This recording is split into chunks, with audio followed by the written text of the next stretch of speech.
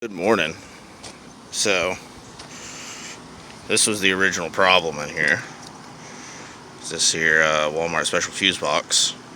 I was running like a 80 amp fuse in there. That 4 gauge didn't like this fuse box too much. Cheapo battery, cheapo cable, cheapo bolt, the side post bolt. Got a longer one from O'Reilly, but didn't work too well for me, so I'm gonna have to do something different there.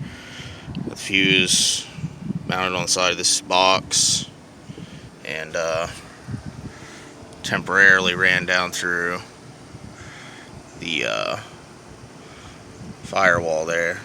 Very far from water or airtight, but we'll just see how everything goes. And then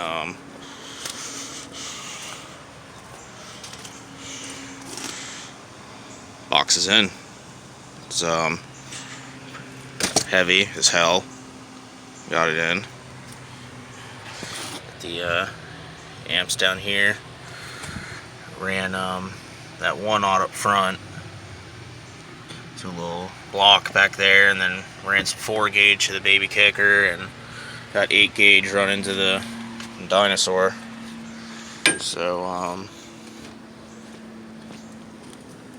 I guess we'll go ahead and see if everything works.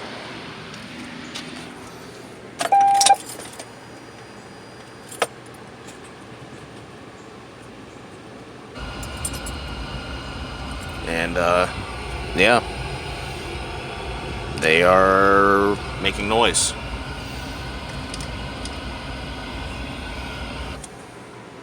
Which is good. So that 1 gauge I was telling you about running underneath there.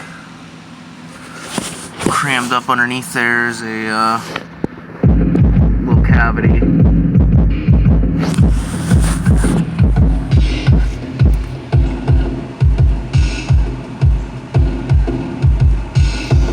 So yeah, everything is hooked up.